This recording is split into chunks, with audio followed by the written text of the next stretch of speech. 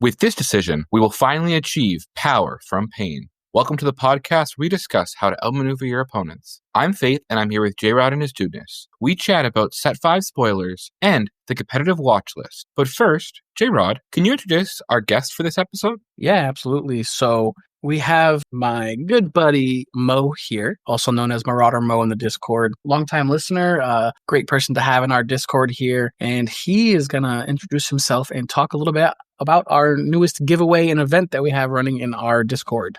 Hi there. Yeah. So this is Marauder Mo here. Morgan or Mo. Hello, everyone. Thank you for welcoming me on. And yeah, going to talk about the leader prediction contest, which we've had a lot of fun with the last couple of sets and spoiler seasons. And hopefully it's a great way to kind of enjoy the spoilers as they are released week to week. How does the contest work? So we have a Google form. You can fill out, so we have different slots. So for each different aspect, vigilance, heroic, vigilance, villainy, and all that. So you pick the 16 leaders that have yet to be revealed. So we know the first two from the Spotlight deck, and then the next 16, which they normally release about 2 a week during spoiler season, starting in about maybe a week or two. So we're going to try to guess what those 16 leaders will be and which aspects they'll be in. And we will earn points based on how accurate our guesses are. And how does the point system work? So if you guess a leader in the right aspect combination, then you get 3 points. If you guess a leader but not the right aspect, then you get 1 point. And then if in the event of a tie at the end, then we have some tiebreaker questions as well. And is there a cost to enter this event? And is there a prize if you win? There is no cost. Of course, this is a free, fun event. Hopefully, stoke some conversation. It's always great fun to see who's on top of the leaderboard with each new reveal. Not me. You can see your yeah, never did, Rod. But you can see your name kind of go up or down each week, and that's always fun. And I believe you guys have a special prize to give to the eventual winner. Yes, the winner will receive a Set 3, never been used Darth Maul mat that we received in our press kit from FFG. So we'll be handing that out to the person who is the individual winner. Thank you so much for that information. I'd also love to just give a quick tip for if you're filling out the form, you want to make sure that you're using the card name. So I know like sometimes that there's characters that have multiple different names in the game, like Sidious Palpatine, Chancellor Palpatine, etc. So you don't want to put just Sidious or just Palpatine. You want to make sure that you're specifying which version of the character it's going to be. And we'll be, of course, we'll be pretty lenient when it comes to new characters, like with the last set, if you put Amlin Holdo instead of Admiral Holdo, we'll count that. But for the characters that we know about, we want to try to get their names as close as possible. Is there any speculation from Jrod, Dudeness, or Mo on any leaders that you guys might think that will be in there that you don't mind sharing on the podcast? Well, yeah, 100% we're going to see Anakin Skywalker. If we don't see another Anakin, I'll probably riot. But I had one that I was thinking of, and I'll give this away since I'm not in the running anyways for a prize. But I saw a lot of imagery in the series about that looked like Ilum, that planet where you get the Kyber crystals in Clone Wars, and it had me thinking of that episode of with Ahsoka and all the little younglings, having going on an adventure. And I thought that a command version of Ahsoka could be fun. So I think that's going to be in my list for prediction is a command Ahsoka from that episode. I think cool. I think we reached our Ahsoka quota for the next couple sets. So I don't know. She's on one of the arcs, right? Isn't she? I don't know, bro. I was going to say it's also worth mentioning that they said in the live stream that all of the leaders are going to be force units. Yeah. A force trait. Yeah. So that's a pretty big hint and really narrows down the field. So, if you're unfamiliar, you can always go into Wikipedia or whatever and look up to see who are some good, force users.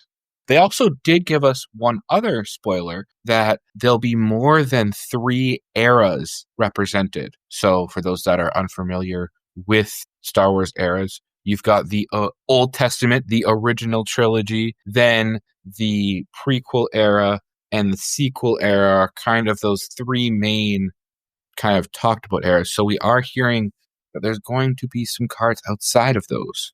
That's just another spoiler, something to be mindful of when you are putting your guesses in. Which what probably just means the High Republic stuff. We have gotten High Republic stuff already, so that would make sense. It will depend on how much they want to go outside of canon. If they want to try some Legend stuff.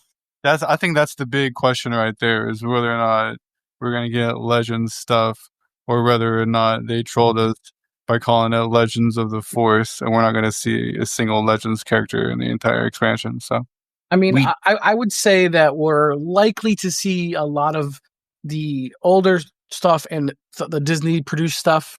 Any of like comics and book stuff you might see less of. But or even some video games. I think we have one of the ships from what's it called with Cal Kestis? Jedi Survivor. Yeah, Jedi Survivor. So we might even see Cal Kestis in the game, which I think would be super awesome, because I know Dudeness and I played Destiny, and he never made it to that, which the game was still kind of new, so that made sense. But I mean, we already saw Iden in the game, who was from a video game as well, so I don't see why we wouldn't see Cal, who is definitely a very popular Force user. Potentially could see what's this, Starkiller as well, maybe. I think he's a little bit of the Legends too, right? The video games, those are actual canon. There's no, that's actual in-universe. There's no outside going. Those aren't Legends characters. Those are canon characters inside of the Disney Star Wars universe. Well, then we should definitely get, Revan then, right? Because isn't he from the MMO? That's not technically considered canon as far as I know. But it's a video game. You said all video games. I think he has been mentioned in canon source material. I don't know that he's been seen off the top of my head, but I'm pretty sure he's at least been mentioned, and so it was at least the character name is canon. There's something like the trooper of some Sith army group had a name of something of the old Revan or something like that. It was briefly mentioned in some lore source or something. And we did for in the Acolyte, I heard that a certain Master Sith showed up briefly, a Darth Plagueis. The Wise, you say? Have you actually heard of the tragedy? Yes. For those that don't know what we're talking about, your homework is to go figure out why that is funny. Also, if you don't know what that is, what are you doing listening to this podcast? Pretty much, why are you playing a Star Wars game? You know what I'm saying? Can you remind our viewers just again where they can find that link to register? Sure. So linked in the Discord. So if you are not in the Discord, I don't know if you guys want to put it on the comments or something or description of this video, then you're welcome to do that as well. And I'll also try to post it up on Facebook and other places.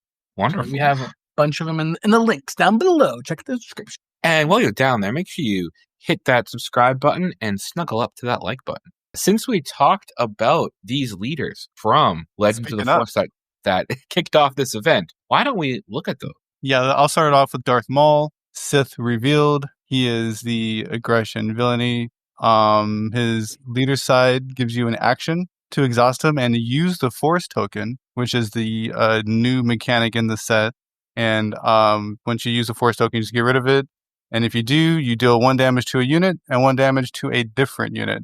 So this is a free ping on 2 different units, which seems pretty good.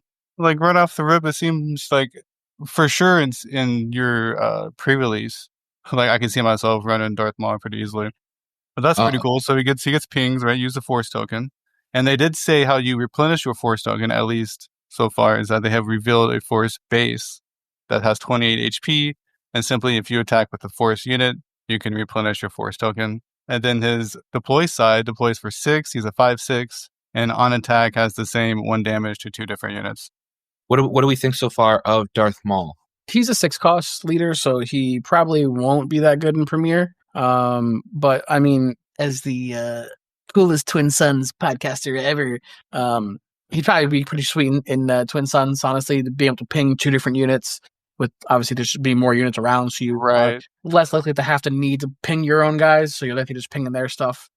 Also, maybe you have a grit deck, or you're going to pair Darth Maul with Krennic, right? And then you're pinging your dude for 1 and pinging them for 1, something like that. So there's definitely ways to use Maul in creative ways for Twin Suns, at least. So super excited. Can't wait to get more cards for Twin Suns, because who wants to play Premiere anymore these days anyways, right? Am I right? Yeah, this is definitely a Twin Suns podcast now. Yes, 100%. I do love the lore of he has 2 lightsabers, so he hits 2 different targets. But one of them might be himself too. That's the part that does scare me a little bit. All right. Well, I think I'm going to dive into the next leader since we don't really have anyone here that really likes Qui-Gon. I guess I'll talk about him. I'm absolutely kidding, Faith. Go ahead. Well, if you are interested in getting a little bit extra information on Qui-Gon, check out our video, which I posted 2 days ago, about a little sneak peek of Qui-Gon Jinn. But Qui-Gon Jinn is a cunning heroism unit leader, and I think he exemplifies what the cunning aspect does. Basically, both of his undeployed and his deployed side do a similar thing where when they either complete an attack or use an action, you return a friendly non-leader unit to its owner's hand. So that has to be a unit that you control, either back to your under their hand, depending on who owns the card. And when you do, you can play a non-villainy unit that costs less than the returned unit from your hand for free. Now that sounds a lot. It sounds confusing. It's very Qui-Gon Jinn. Qui-Gon Jinn is known as a very offensive, acrobatic style fighter. And to me, this exemplifies that by just playing a bunch of different units from your hand because you can return your other units. And you're really going to emphasize on those when played effects. A thing to know about this is that you get to play any unit from your hand that's non-villainy. So you might be running all 4 aspects and being like, okay, you have obviously your base and your leader. But when you return that unit to your hand, you then, if you're running cunning vigilance, then you play a command with that free effect, or you play a aggression unit. So I think that's going to be really fun. And I think really one of the spiciest interactions is that you can commandeer or change of heart your opponent's unit, use it, and then use the ability to bounce it back to their hand, and you get to play a unit from your hand for free as well. So not only is it a huge tempo swing during the round, but then you also are able to add to the board when you're playing your 4 or 5 drop, whatever it might be, right? Which usually has a win played ability, as you just said, so you're getting even more value from the win played.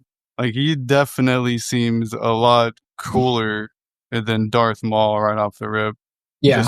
Just initial reactions, right? Like, the spiciness, the deck building potentials, right, are off the chart with Qui-Gon. He's going to be an interesting, he just, so many possibilities, so many things to do with Qui-Gon. I'm excited for him a decent bit, probably the most in this podcast, if I had to say. And Mo, what about yourself? What are your thoughts of Darth Maul and of Qui-Gon Jinn?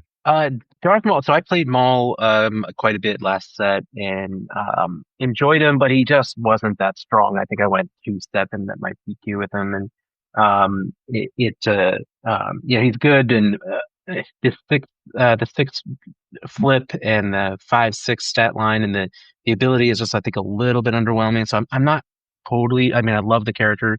Would love to make him work and hope that he gets a lot of support.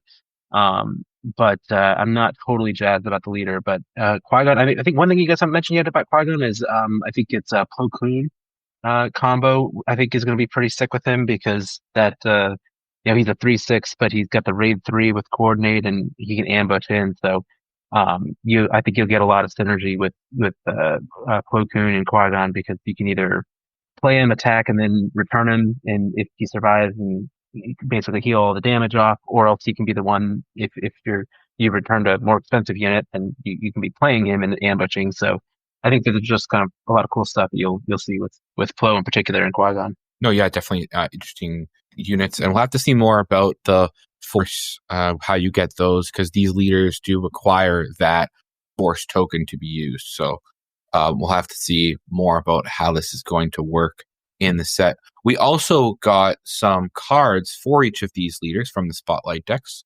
2 also, in my opinion, perfect leaders for our Spotlight decks. Phantom Menace, in my opinion, my favorite Star Wars movie, especially because of the Duel of the Fates, best battle scene in Star Wars, in my opinion. So out of the Maul deck, Darth Maul deck, any of those cards speak to you guys? Well, right off the rip, you've got his ship, the Scimitar, right? 4-drop, single black aspect, 3/4, and while this unit is damaged, it gets +3/+0 So this is an obvious target for that spare ping you have on Darth Maul's leader side, right?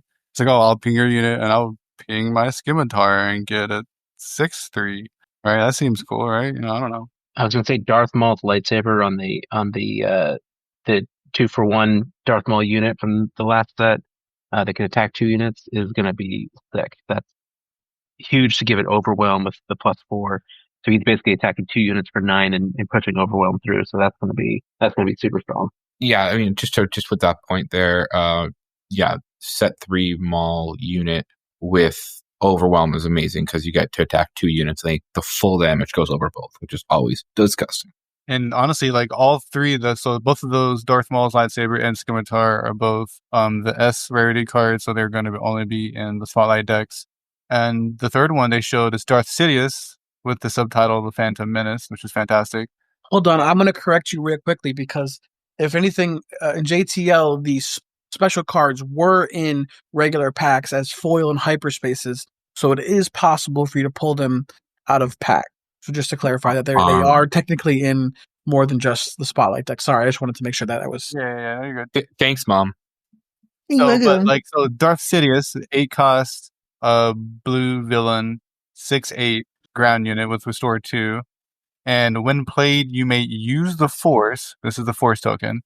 And if you do, defeat each non-Sith unit with 3 or less remaining HP. So this is like a little miniature board wipe kind of thing, it's like, it seems neat, like, I don't know how good it's going to be, but I like the ability. I mean, I feel like... Very interesting qualifier, right? Of note, it is a separatist, which means that technically Dooku could cheat this out for 6. Oh, true. And that makes it a little bit better in my eyes if you paired up with Mr. Dooku. So that's kind of... I didn't see that at first, honestly. I just saw it when I'm looking at it right now. Yeah, because to me, I was like, for 8, I was like, I'm just going to play Snoke, right? Because it's permanent -2/-2, right? And it says non-Sith, so he's not killing Sith. So if you're facing another villainy opponent that could affect you, right? Where Snoke is just a permanent -2/-2. So, but with Dooku's action here, I'm a bit more on board for Sidious there. All 3 of those S rarity cards seem like pretty solid for what they are, right? Mm-hmm.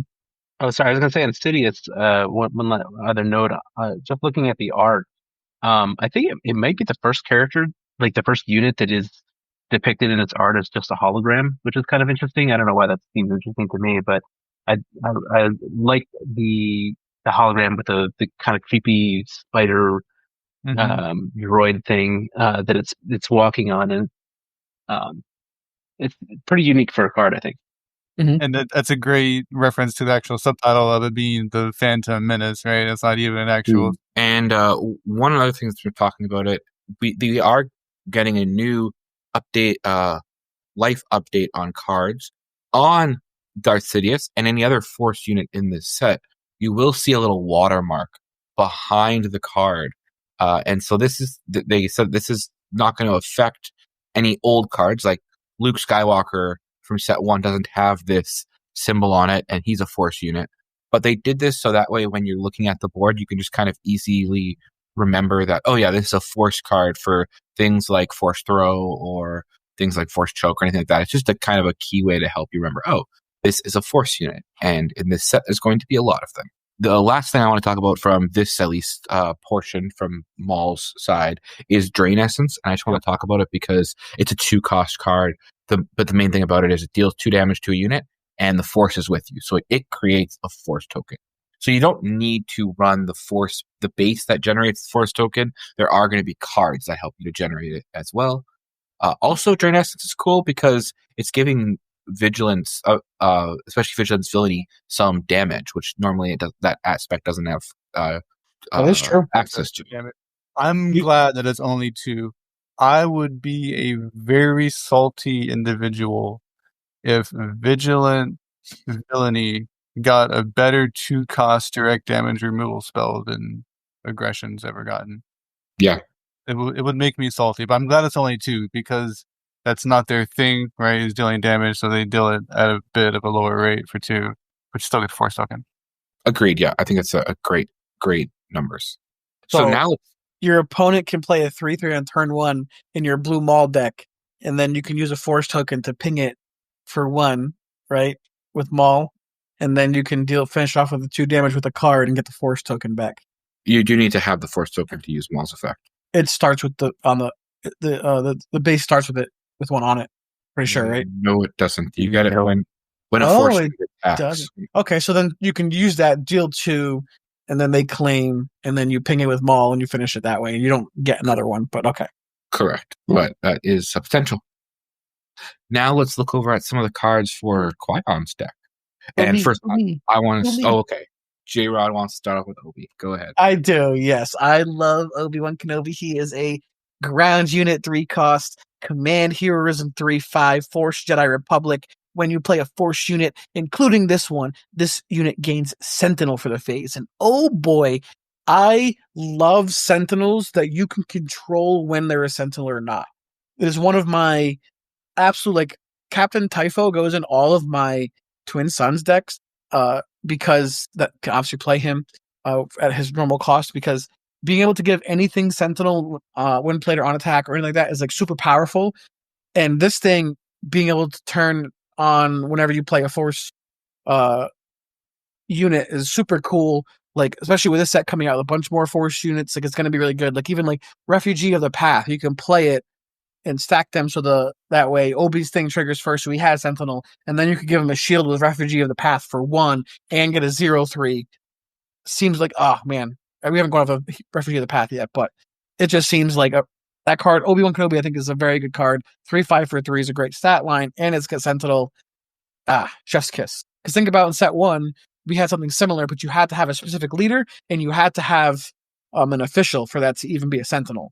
So I do want to just again point out with Obi-Wan Kenobi, it's when any Force unit is played, including himself. And so that's really cool, because with something like Qui-Gon Jinn, when you play Obi-Wan, he takes some damage, then you use Qui-Gon's ability, return Obi to your hand.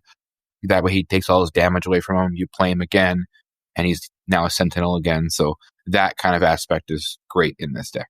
Is it wrong of me to cry power creep? ? So they actually did talk about it in the stream, that the kind of baseline, or not baseline, they are kind of looking at adjusting some stat lines. So in this set, we're going to get 7 2/4s for 2. I think they talked about 3 for a 3/5 being a little bit more normative. We did get some 3/5s for 3 in previous sets, but yes, a little bit of a boost in power, maybe.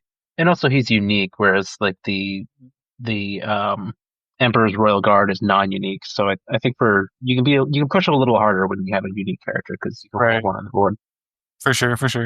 Other 3/5s for 3 are Toro, DJ, and Boba Fett, and the Wookiee droid thing. The slaves have been liberated. Yes, those ones. Love my Wookiee. Dudeness or Mo, any other cards from the Qui-Gon deck that spoke to you? I mean, if we didn't talk about Obi-Wan, like, I was gonna say, like, what the heck, right? But beyond Obi-Wan, I think Anakin Skywalker is neat, right? And he actually showcases a new keyword that we get.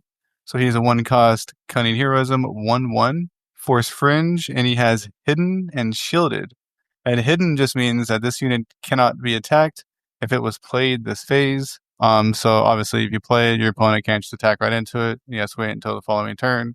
How good that's going to be, especially on a 1-drop where you probably can't even attack into it anyways, ? But this does give you an option to activate Force on turn 1, so you can play Anakin and then do a Force throw. And most of the time, your opponent's not going to have, less than 2 probably. So there's a chance that your opponent plays a unit, you play Anakin, Force throw it, and what they have to discard can kill their turn 1 play, maybe, depending on what they keep, right? So And being hidden and shielded basically means you're almost guaranteed to attack with him and trigger that base, so you can get the Force token. Another great point, yeah, definitely. And like a 1/1 shielded is just obnoxious. Do you really want to attack into a 1/1 shielded guy twice to kill him off instead of doing something else, right? Just to stop me from getting my Force token? you can't attack into him, though. On the turn it's played. I mean, I think he needs it in the future turns. Oh, gotcha. Correct, yeah. Do you want to take 2 opportunities where you could attack him to attack him? And like, probably no, right? Like, I don't know. And being shielded, pretty good target for some upgrades too, I'm actually really excited about the hidden keyword itself. 'Cause they were talking about on the stream how that's going to be an evergreen keyword that we're going to see a lot more of. And I think, if I had one sort of like thing that's maybe not my favorite part about the game, it's that how quickly your units, like you play a unit, it's defeated. You play a unit, it's defeated immediately. So having a little bit more like longevity on your units on the board to get to develop your board a little bit, I think is going to be exciting kind of moving forward in the future of the game. So I'm really happy about that keyword. Thank you. I just want to, before we kind of end the spoilers from the stream, I do want to talk about Qui-Gon Jinn's Aether Sprite. And this is one of those generic kind of allows you to expand or double an effect. So it has a on attack the next time you use a when played ability this phase, you may use that ability again. This is kind of the opposite of Thrawn Leader, because who doubled when defeated effects. Well, my one problem with this is not only do you have to play this unit, it also has an on attack effect.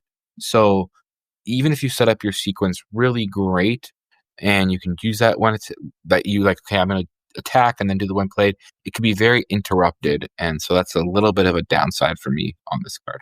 I would say on power level, the Scimitar is probably a little bit stronger than Aether Sprite, unfortunately. But I mean, yes. I think the other two cards we talked about, Obi and Anakin, are pretty nuts compared to like the other cards that Maul gets. I mean, Dark Sidious is pretty good too, but yeah. Mm-hmm.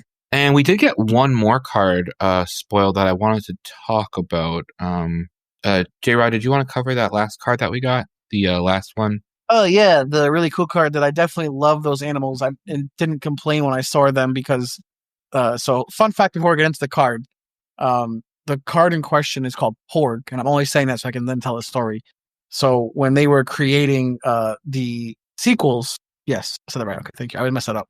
When they were creating the sequels, they did it on this island that had penguins, and they were protected, so they couldn't move them, they couldn't touch them. So they couldn't take them out of the shot, so they had to leave them in, and they CGI'd Porgs over them, and that's why we have Porgs. Fun fact. I'm going to be honest. This is a brand new factoid that I just learned about right now. And I kind of love it, actually. It makes you like them more? Yeah, it actually does. Excellent. All right, so we have Porgs. They're a ground unit. They're a creature. They are 0 cost, and they're 1/1 with no text. They're common. And I think that's super cool. I actually think they actually might even be playable because a 0 cost unit we haven't seen in the game yet. And that's pretty powerful.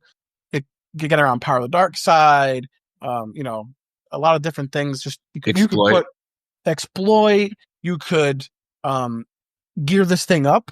You could give it a shield and attack with things. Like you could upgrade it. You know what I mean? Like there's just so many different options you could do with Porg because it doesn't cost you anything. All it does is cost you an action, but no resources. That I think this card might even see a little bit of play. We'll see. Twin Suns, obviously, I don't know how great it'll be in Twin Suns, but maybe. Who knows? I think he's missing the actual most important aspect of this card, and that is that they nailed the art perfectly. 11 out of 10 slam dunk, grand slam, pick six, everything. Like they actually just crushed it. I have a question. Shout out to Reno, who is the artist. I have a question, and I want all three of you to answer it. Which Porg in the picture is your favorite Porg? Yeah, the one on the right. It's got to be the one peeking at you around the corner, right? Like, I mean, it makes the entire art, right? Like, it's perfect. Like, it's perfect choice. It's all around. Like, kudos, well done, Reno. And all I gotta say is that if they don't put this on a playmat, they're just leaving money on the table. That's true. Right. One thing I do want to mention about the card is it is number 254 out of 264. Obviously, this is going to be the first of the aspectless cards, but that means if their previous numbering system is held over, we're going to get 10 aspectless cards. So I'm interested to see what that includes. Also, it's a creature subtype, which also of note, we got some artwork as well that we're not going to dive into too much today, but there's one I wanted to mention. It's like the big, I forget what they're called, the big whales from the Ahsoka, where they can like light speed jump, basically. And those obviously fly in space the whole time. So we're going to have space creatures potentially, which means that you could give it a lightsaber in space and Yes. tackle your whales. They actually did mention that Yes. in the stream. So I'm excited to see what that card is. Also, fun little behind the scenes on my leader predictions before they revealed that all the leaders were going to be force units, and I knew that there was going to be a creature theme. I had the Rancor Keeper as one of my leader predictions. The Danny Trejo character from Boba. Yeah. I mean, I'm gonna be honest. I hope they don't start previews like right away, right now. I hope they drop these little spotlight, little like, hey, here's a little preview taste, isn't that cool? And they give us another 3 weeks at least. I would venture to guess that we'll probably have a little bit of time in between. Yeah, I think we're going to wait. I think we're going to wait till at least the sectors, the regional starting. The first regional, there's 2 regionals, both in May. And so I think we'll wait. They're going to wait till at least probably May 4th, I imagine, that weekend. Well, that would probably when preview season will start off, is my guess. And another thing that just happened this past weekend that just came up is the Denver sector. So the next level of events, this is the second one to be held in this second tier in the competitive scene. And there currently is a lot of anxiousness about the competitive scene. On Wednesday, upcoming, we are getting a stream talking about the competitive environment. So there is some speculation that this event in Denver might be the last time you can play Django or some cards. What are your guys' thoughts on this? I think Django needs to go. And I was a big proponent of not banning Boba initially. And I've since learned from that, because when you have a field of people who are playing it and it's totally dominated by one deck, it's just unfun to play. Like, I remember when they unbanned Boba and all the different decks we saw and all the different options people were playing, and it was just a lot of fun again to just see the different variety. And you weren't playing the same mirror match, in and out every single time. So you go to an 8-round event and you're playing, 4 Boba Fett, Django or Boba Fett mirrors, and it's just boring, right? It's like cool to play Iden and other different leaders like Han 2, Han 1, whatever. Like, it was just Sabine, exactly. Yeah, like you could play so much, and it was a lot of fun when that happened. And I would want to get back to that. I think we've strayed away. I also believe that cunning as an aspect as whole right now is probably a step above the rest of the aspects, which is not helping the leaders. I don't know if it's necessarily just the leaders' fault. It might also be just because of the cards that they've printed with it. But if you notice, it like leaders that have the biggest thing are ones that aren't like niched into a specific thing, if that makes sense. Like the ones that are more generally better, that have less like requirements and specific cards that need to go in, because they don't like double down on like bounties, right? Like bounties are only one set. So if you had a leader that cared about bounties, like, yes, it was good during that time, but now like boss has kind of faded away and doesn't exist anymore because there's no more bounties. Where like Django came out and we already had ping damage, like things already did damages to things, right? And then he came out and then they released a couple of different vehicles that just do massive damage, different units, and it's like, oh, that's just good with Django because he cares about the damage. And it's just like, oh yeah, but I imagine that wasn't like, oh, we're gonna make these things for Django. It's like, we're just making these cards because they're cool and they're fun and they kind of fit in with the theme or whatever. And then like, oh, they also happen to go Django, and just like, I don't know, like, Django just got way too good from this last set. Too many good things from him. Yeah, I mean, they just need to. Clearly, there was a Fett fanboy in the design team, and he needs to be reined in. And until then, we just have to ban 2 of his leaders, right? I mean, it is what it is, right? I have maybe a little bit of a different opinion. I would like to see them give it maybe a little bit more time to see if the meta can adjust. Maybe. So last Monday, did a small local tournament. There's I think 6 or 7 of us, and I faced 2 different Djangos and managed to beat one, and the other did pretty well, but ended up losing 1-2, mostly because of like my ramp just didn't take off that game in one of those 2 games that I lost. So I don't know. I feel like there can be answers potentially, and then maybe I think what we're seeing is that like just there's so much hype about Django and all the new tools that he was getting in this set, and so everyone's kind of rushing to Django in these first few weeks, and maybe there's a chance that things will turn around. I mean, we'll see with Denver and how things turn out, but if it's consistent that every major event that he's 7 of the top 8s or whatever, 6 or 7 of the top 8, then I think you probably got to do something about it.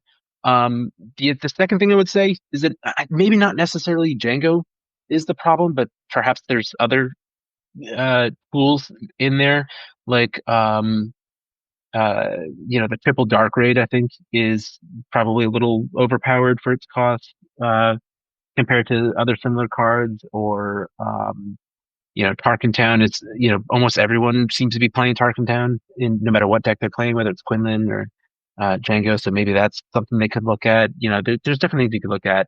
And if we're going to ban cards, the number one card in the game I'd love to see banned is DJ. That card just, I hate that card. It's such a bad feeling to play against it when it hits early. Yeah, so I guess I'll leave it there. That's kind of my take on it. I like that you brought up Tarkin Town because I've said this before. I've had this position since set 1. I continue to have this same position, that the game would be better off if they didn't try to balance bases. If they just kept bases as normal, 30 HP for everybody, it would make their job easier and it would make our game better. So it seems like it's a win-win, but it's too hard to balance bases. You have to do it exactly perfectly. And if you don't, you have a situation that we have right now where pretty much every good meta deck runs the same rare base. And that's one of the most oppressive parts about these particular decks. So, I mean, anyways, I could rant and rave about how I hate rare bases till the end of days, but I'll just end it right there. I do want to say this actually brings up a little bit of an interesting side tangent, and that is with both rare bases, particularly rare bases with epic actions, which are the main ones that we see running kind of the competitive sphere, and with characters like DJ, with Boba, with Django, they are on their way out soon. I know that soon is a while, but rotation is coming fast approaching. So we've got Legends of the Force, we've got Secrets of Power, and then after Secrets of Power, when the next set comes, all those other cards are taken out. So it'll also be interesting to see what that will do to the metagame. I'm sure FFG is testing that for this post-ban world. And I wanted to mention this as well, with your leader predictions, that it's almost certain we're going to get an Anakin Skywalker. I imagine Anakin, like Luke, like Darth Vader, are always going to be in the format, in some kind of probably in each block, honestly. Yeah, so we had that block. We'll have at least one Vader or Luke leader, or etc. Yeah, so we had Anakin in set 3. This is a perfect set for Anakin to be in. So that just kind of tying all those points together. Any final thoughts from anyone before we head out?